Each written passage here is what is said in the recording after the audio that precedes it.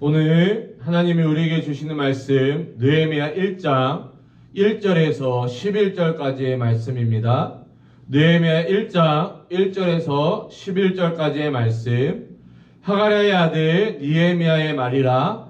아닥사스다 왕 제12년 기스르월에 내가 수산궁에 있는데 내 형제들 가운데 하나인 하나니가 두어 사람과 함께 유다의 산에게 이르렀기로 내가 그 사로잡힘을 면하고 남아있는 유다와 예루살렘 사람들의 형편을 물은즉 그들이 내게 이르되 사로잡힘을 면하고 남아있는 자들이 그 지방 거기에서 큰 환난을 당하고 능욕을 받으며 예루살렘 성은 허물어지고 성문들은 불떴다 하는지라. 내가 이 말을 듣고 앉아서 울고 수일 동안 슬퍼하며 하늘의 하나님 앞에 금식하며 기도하여 이르되 하늘의 하나님 여호와 크고 두려우신 하나님이여 주를 사랑하고 주의 계명을 지키는 자에게 언약을 지키시며 공의를 베푸시는 주여 간구하나이다. 이제 종이 주의 종들이 이스라엘 자손을 위하여 주야로 기도하오며 우리 이스라엘 자손이 주께 범죄한 자들을 자복하오니 주는 귀를 기울이시며 눈을 여시사 종의 기도를 들으시옵소서.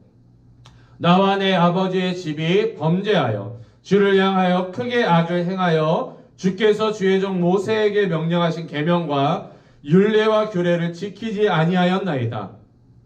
옛적에 주께서 주의 종 모세에게 명령하여 이르시되 만일 너희가 범죄하면 내가 너희를 여러 나라 가운데 흩을 것이요 만일 내게로 돌아와 내 계명을 지켜 행하면 너희 쫓긴 자가 하늘 끝에 있을지라도 내가 거기서부터 그들을 모아 내 이름을 두려고 택한 곳에 돌아오게 하리라 하신 말씀을 이제 청하건대 기억하옵소서. 이들은 주께서 일찍이 큰 권능과 강한 손으로 구속하신 주의 종들이요 주의 백성이니이다. 주여 구하오니 귀를 기울이사 종의 기도와 종의 이름을 경외하기를 주의 이름을 경외하기를 기뻐하는 종들의 기도를 들으시고 오늘 종이 형통하여 이 사람 앞에서 은혜를 잊게 하옵소서 하였나니 그때 내가 왕의 술관원이 되었느니라. 아멘. 오늘부터는 이 느헤미야서를 우리가 본격적으로 살펴보도록 하겠습니다. 이 느헤미야 1장의 배경은 이 느헤미야가 이 수산궁에 있을 때에 일어난 일을 보여주고 있습니다. 우선 이 1절에 나타난 이 수산궁은 이 페르시아 왕 이 아닥사스다가 이 별장으로 쓰던 곳입니다.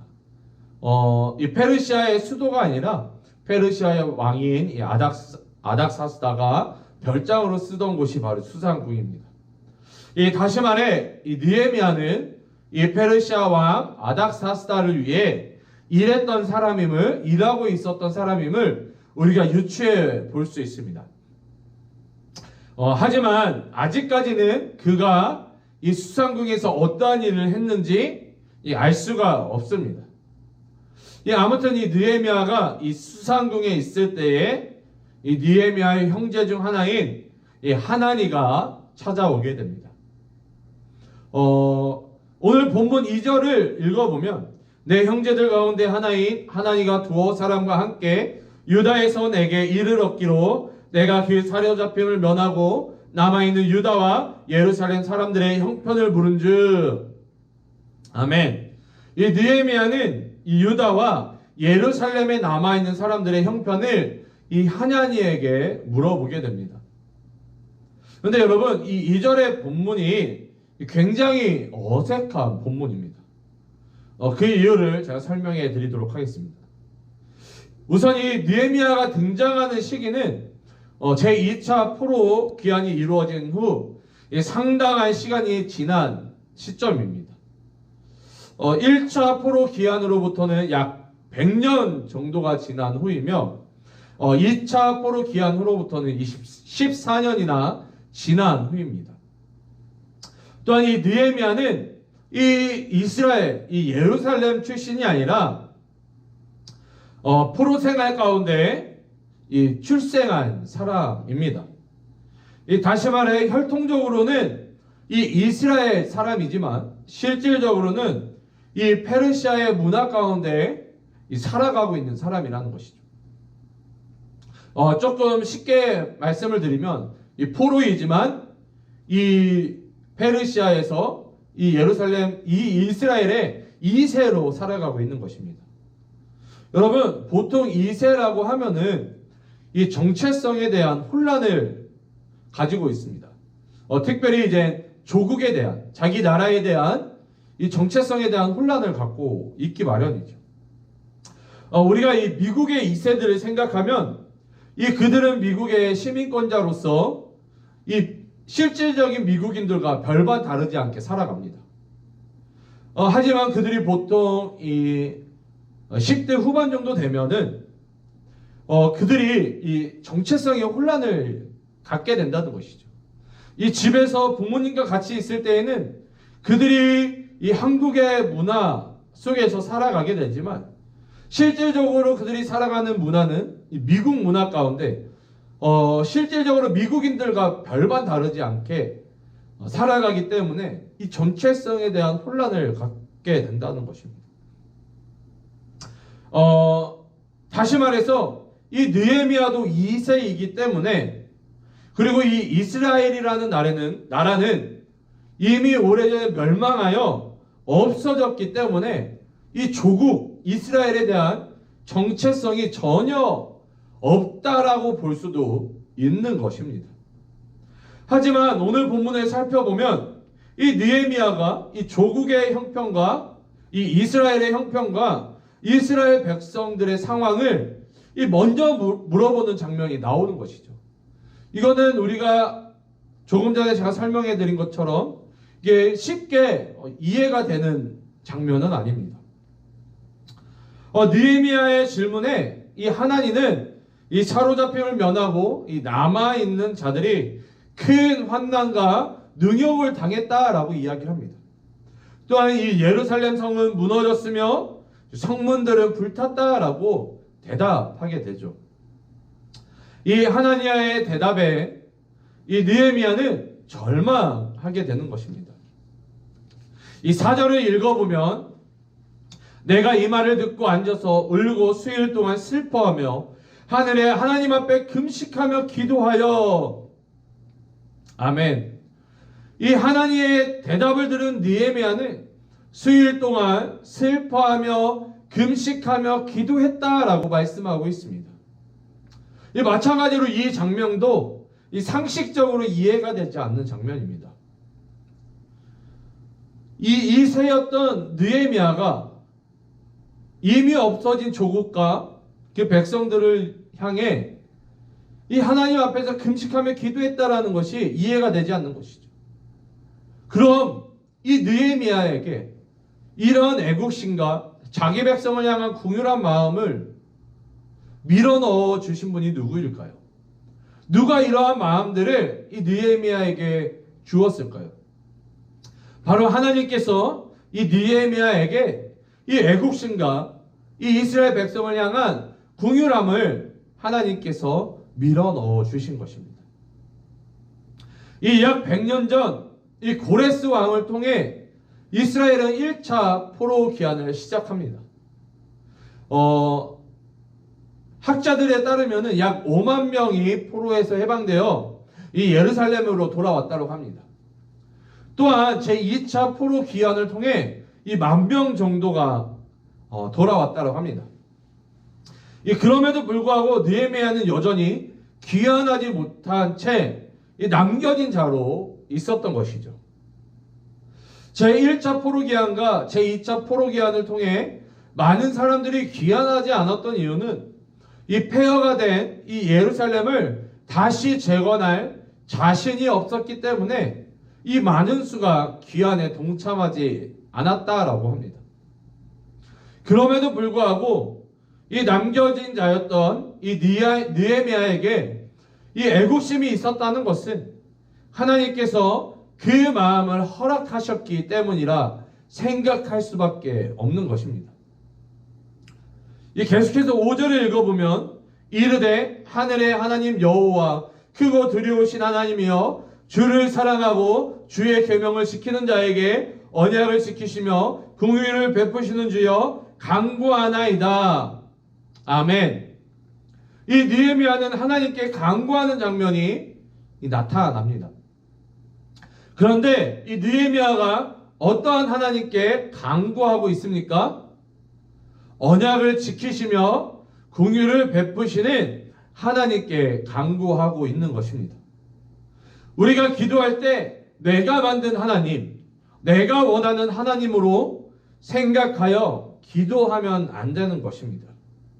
우리가 하나님께 기도할 때 하나님께서 약속하신 것들을 기억하며 기도해야 하는 것입니다.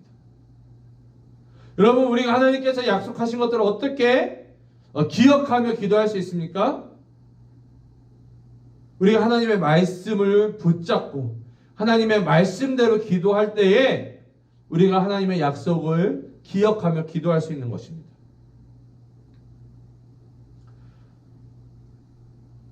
그런데 우리 또한 이 하나님을 사랑하고 하나님의 계명을 지켜야 하는 것이죠. 또한 느헤미야는 공동체를 위해 대신 회개하는 모습을 보여줍니다. 6절과 7절을 읽어보면 이제 종이 주의 종들인 이스라엘 자손을 위하여 주야로 기도하오니 우리 이스라엘 자손이 주께 범죄한 자들을 자복하오니 주는 귀를 기울이시며 눈을 여시사 종의 기도를 들으시옵소서. 나와 내 아버지의 집이 범죄하여 주를 향하여 크게 악을 행하여 주께서 주의 종 모세에게 명령하신 계명과 율례와 규례를 지키지 아니하였나이다. 아멘. 이스라엘이 다른 나라에 점령되어 이 포로로 살아가는 것이 이 느헤미야의 죄 때문은 아닙니다. 왜냐하면 이 느헤미야가 태어나기 이전에 이미 이스라엘은 멸망하였으며 이 포로 생활을 살아가고 있었기 때문입니다. 그런데 느헤미야는 이 하나님께 금식하며 회개하는 모습을 보여주고 있는 것이죠. 더욱이 지금의 이러한 상황들이 자신의 조상들로부터 이어져 내려온 죄임을 하나님께 회개하고 있는 것입니다. 느헤미야는 이 조상들의 죄를 자기 자신이 금식하며 회개하고 있는 것이죠. 우리 또한 이 공동체를 위해 느헤미야와 같은 모습을 가져야 합니다. 비록 내가 잘못하지 않았을지라도 이 공동체의 제약을 위해 또한 이 누군가의 제약을 위해 마음을 찢으며 통회에 자복하는 심정으로 하나님께 회개해야 하는 것입니다. 공동체를 위해 무릎 꿇고 회개기도하는 한 사람으로 말미암아 공동체가 다시 살아날 수 있는 것입니다. 우리 청년들 한 사람 한 사람이 하나님 앞에 무릎 꿇고 이 공동체를 위해 회개하며 기도하는 청년들 되시기를 소망합니다. 느헤미야로 말미암아 결국에는 이 무너졌던 성벽이 재건되었습니다. 우리의 기도가 무너진 공동체를 다시 세울 수 있는 것입니다. 계속해서 9절을 읽어보면 만일 내게로 돌아와 내 계명을 지켜 행하면 너희 쫓긴 자가 하늘 끝에 있을지라도 내가 거기서부터 그들을 모아 내 이름을 드려고 택한 곳에 돌아오게 하리라 하신 말씀을 이제 청하건대 기억하옵소서. 아멘. 느헤미야는 하나님 앞에 결단하고 있는 것입니다. 느헤미야의 결단이 어디에 나타나 있습니까? 이 느헤미야는 하나님께서 말씀하신 계명을 지키겠다라고 결단하고 있는 것입니다. 하나님의 말씀과 계명을 지켜 행할 테니 이 이스라엘을 회복시켜 달라고 간구하고 있는 것입니다. 이러한 느헤미야의 결단과 간구 가운데 어떠한 일이 일어납니까? 이 11절을 읽어보면 주여 구하오니 귀를 기울이사 종의 기도와 주의 이름을 경외하기를 기뻐하는 종들의 기도를 들으시고 오늘 종이 형통하여 이 사람 앞에서 은혜를 잊게 하옵소서 하였나니 그때에 내가 왕의 술간원이 되었느니라. 아멘. 이 하나님께서 이 느헤미야를 술 맡은 간원이 되게 하셨다라는 것이죠.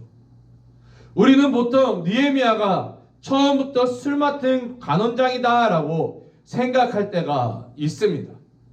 보통 그렇게 우리가 이해하고 있습니다.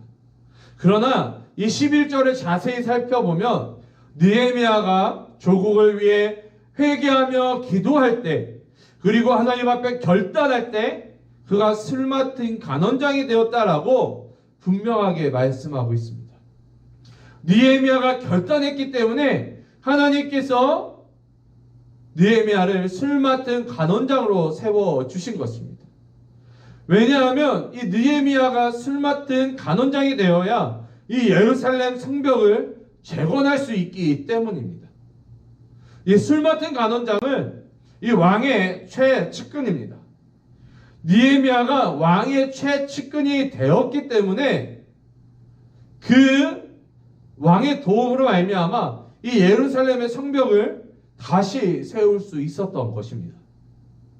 사랑하는 청년 여러분, 우리에게 사명이 있으면 하나님께서는 그 사명대로 우리를 이끌어 가시며 세워 주십니다.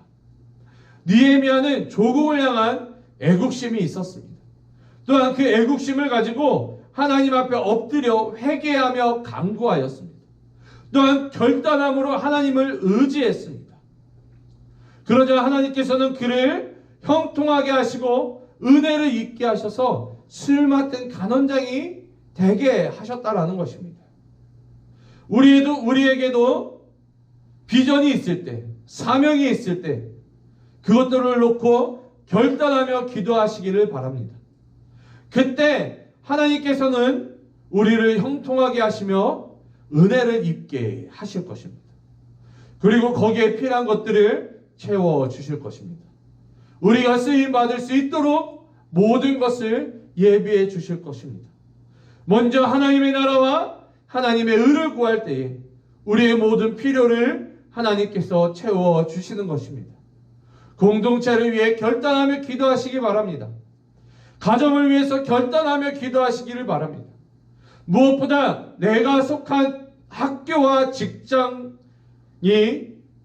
하나님께서 나에게 보여주신, 또한 나에게 보내주신 사역지임을, 또한 선교지임을, 또한 사명임을 깨달아 느헤미야처럼 애통하는 마음으로 하나님께 간구하시기를 바랍니다.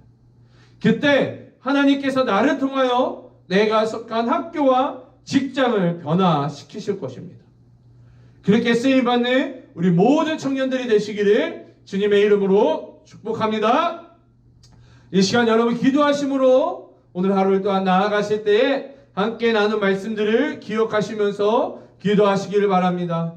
또한 하나님, 우리를 느헤미야 같은 사람들이 되게 해달라고, 이 조국을 위해서, 내가 속한 공동체와 또한 이웃을 위해서, 동역자들을 위해서 애통하는 마음으로, 또한 하나님 앞에 회개함으로, 또한 결단함으로 나아가는 우리 한 사람 한 사람 되게 도와달라고, 그리하여 내가 속한 가정과 직장과 학교와 공동체가 다시 세워지고 회복되어지는 놀라운 역사가 일어나게 해달라고 그렇게 기도하시기를 바랍니다. 또 우리가 결단하며 나아갈 때에 우리를 형통케 하도록 도와주셔서, 또 우리를 통하여 하나님의 나라가 온전히 채워지도록 우리를 사용하여 달라고 그렇게 결단하시면서 기도하시기를 주님의 이름으로 축복합니다. 기도하시겠습니다. 사랑과 은혜가 충만하신 주님 너무나도 감사드립니다. 오늘도 이 아침 하나님 말씀을 통하여 깨닫게 하여 주심을 너무나도 감사드립니다. 하나님, 우리에게 느헤미야와 같은 마음을 허락하여 주시고, 또한 아버지 결단하며 회개하며 아버지 주님 앞에 나아갈 수 있는 우리 한 사람 한 사람 되게 도와주시옵소서.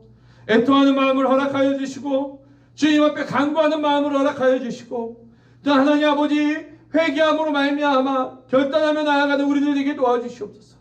우리 한 사람 한 사람이 아버지 우리 가정을 위해, 학교와 직장을 위해, 또 우리가 속한 공동체를 위해 하나님 그렇게 결단하며 기도하며 나아갈 때에 우리를 형통케 하여 주셔서 하나님 또한 우리를 사용하여 주셔서 우리가 정말로 기도하는 그 모든 영역들이 아버지 변화되어지고 다시 세워지는 놀라운 역사가 일어나게 도와주시옵소서.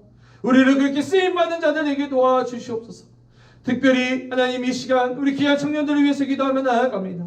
우리 청년들 오늘 하루 또한 살아갈 때에 느헤미야처럼 하나님 아버지 주님 앞에 엎드리는 자가 되게 도와주시옵고 아버지 간구하며 기도하며 결단하며 회개하는 자들에게 도와주셔서 이들이 속한 아버지 그 곳곳마다 우리 귀한 청년들로 인해 아버지 변화가 일어나고 다시 세워지고 회복되어지는 놀라운 역사가 일어나게 도와주시옵소서. 우리 청년들 그렇게 사용하여 주시고 세워주실 것들을 믿사오며 거룩하신 예수님의 이름으로 기도드립니다. 아멘.